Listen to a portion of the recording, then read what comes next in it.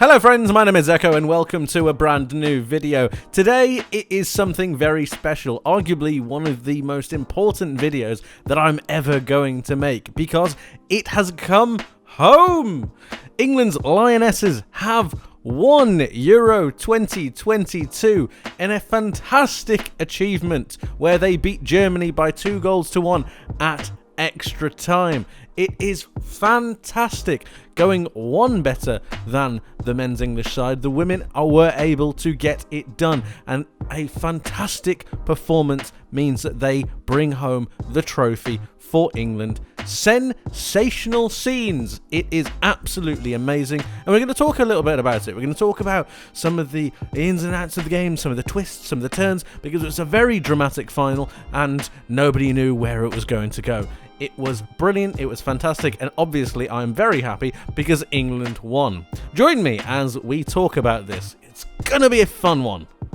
What a tournament it has been for our Lionesses. They have played 6 matches. Obviously, because they are European champions, they have won all 6 matches. They have scored 22 goals and they have conceded only 2. I will repeat that once more. They have scored 22 goals and conceded 2. Over the course of those 6 matches, that is a goal difference, obviously, of plus 20. Something that is flabbergasting, really. And this tournament culminated in a hard-fought bout between them and Germany. 2 national teams that have delved into their women's European or their women's footballing teams to make sure that they're ahead of the game. Germany have been extremely dominant in the European competitions. They have not lost a final that they have been in until now, and it is England's Lionesses that have caused the Germans to take their first defeat. A fantastic performance, and it's just amazing to see how far England as a nation has come in women's football.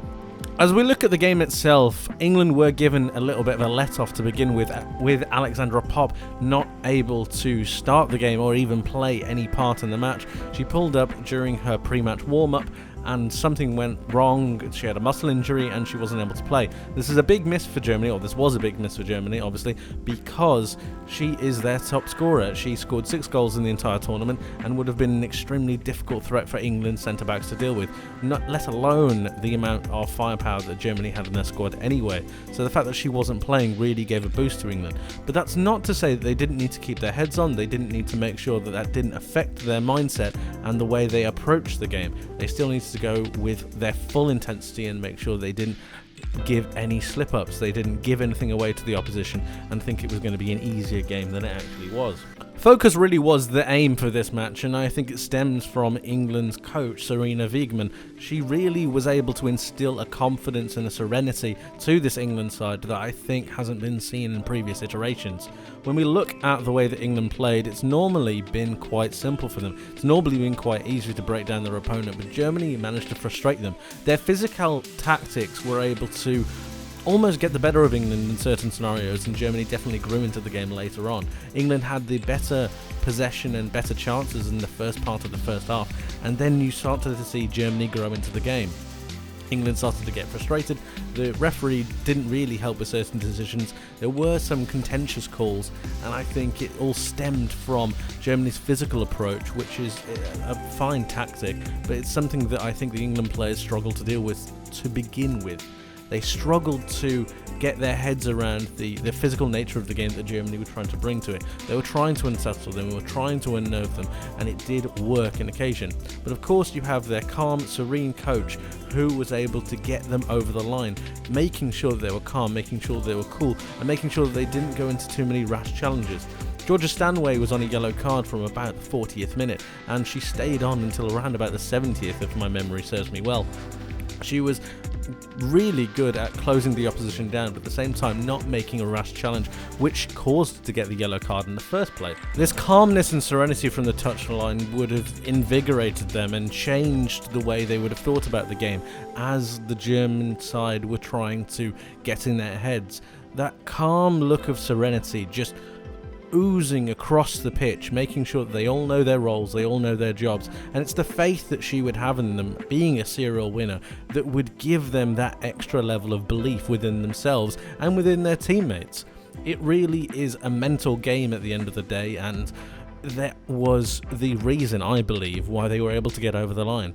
They never gave up, they never stopped believing, and it's something that in the face of overwhelming odds, when your best player or your player of the tournament goes out, you still believe that in the squad in itself, not just the 11 but the rest of them, they all have a part to play and they all have an impact to be made.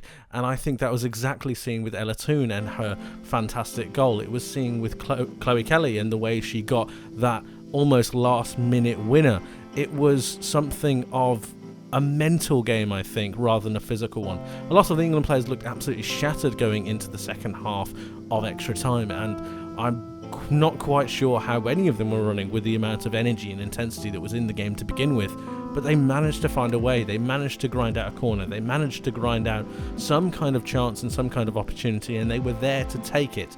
It's so inspiring to see the level of determination but also mental fortitude that these women showed in this final and just this entire tournament. A fantastic story to be able to tell younger generations who might want to get into women's football. It is really an inspirational story that could span lifetimes and generations.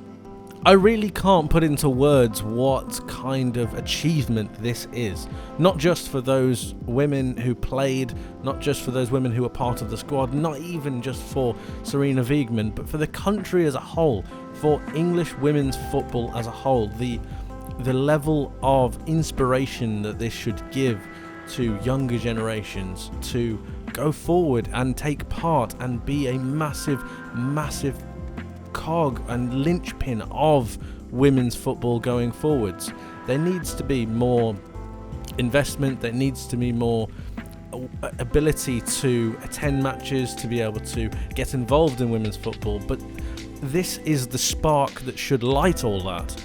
I'm making a lot of it, I am, but I can't get into words what it means for the country as a whole. The inspiration, the drive, the determination, the ability to say it can be done, which a question mark would have been over these women's heads if they weren't able to do it. A lot of pressure was on them. A home tournament, you had multiple games in places they already knew they were the favourites going into a lot of it. They were the favourites arguably going into the final. They had so many things pitted against them, and it was fantastic to see them overcome every single obstacle through the help of their teammates, through the help of their coaching staff, through the help of all of the backroom staff that don't normally get a mention. I think it's been an incredible achievement and one that should be celebrated for years and years and years to come. It is a brilliant achievement, and it's a just reward for hard work. So what now? Well, there's a World Cup around the corner. If they won the Euros, why can't they win that? It will be far more difficult, but they've already won something, so why can't they go again? Seriously, all in all, it really is a unbelievable achievement and like I said, a just reward of hard work, of determination, of grit, of togetherness, and of team spirit and high class mentality. It's just a brilliant showcase for English women's football that needed to be out there. 87,000 people attended Wembley to watch this happen. The biggest attendance, I believe, for a European final in both the men's or the women's game, which is sensational. Just unreal. And hopefully this is a stepping stone. Hopefully this is a gateway to a plethora of generations who will be inspired by this achievement that these women have completed. This brilliant landmark of success, of elite mentality that will enable everyone to go forwards and believe. Lastly, I hope this inspires people who might not want to get involved with women's football, might not want to play in women's football, but at least will want to watch it. I think that that's a big part of this, and we need to grow the women's footballing scene. We need to get invested into the WSL the way that we get invested into the Premier League, the way that we get invested into different forms of men's football. We need to be following the women's game because it is elite, it is quality, it is tactically astute. Yes, it's played in a different way, but that's not necessarily meaning it's worse. It's far from it, to be honest. There is a number of different variables and possibilities that you have to take into consideration when you look at the women's game, and it's so much more interesting than you might give it credit for. So if you're watching this video and you're thinking that it might be something that you might be interested in, please, I implore you, take a look at women's football, because clearly we're doing something right in this country, and I think it's important that we try to grow this game as much as possible. Women's football is here, and it should be and needs to be here to stay.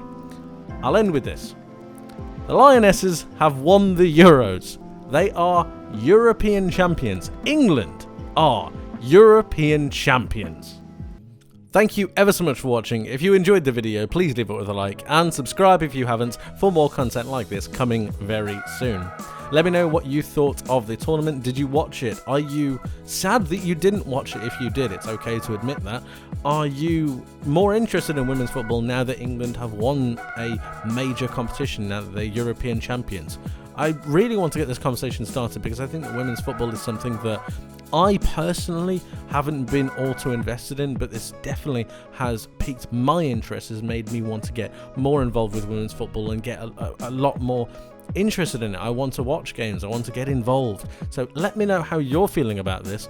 How did you find the final? Please let me know. Of course, you can always let me know on Twitter. You can find me at Zekko64. That's where I post all of my videos and when they go live. But of course, you can already know that if you hit that notification bell so you never miss an upload. Like I said, that's it from me for today, but thank you ever so much for watching. I hope you have a wonderful rest of your day. I hope you have a wonderful rest of your week, and I hope to see you in the next one. But until then, take care of yourselves, and bye-bye.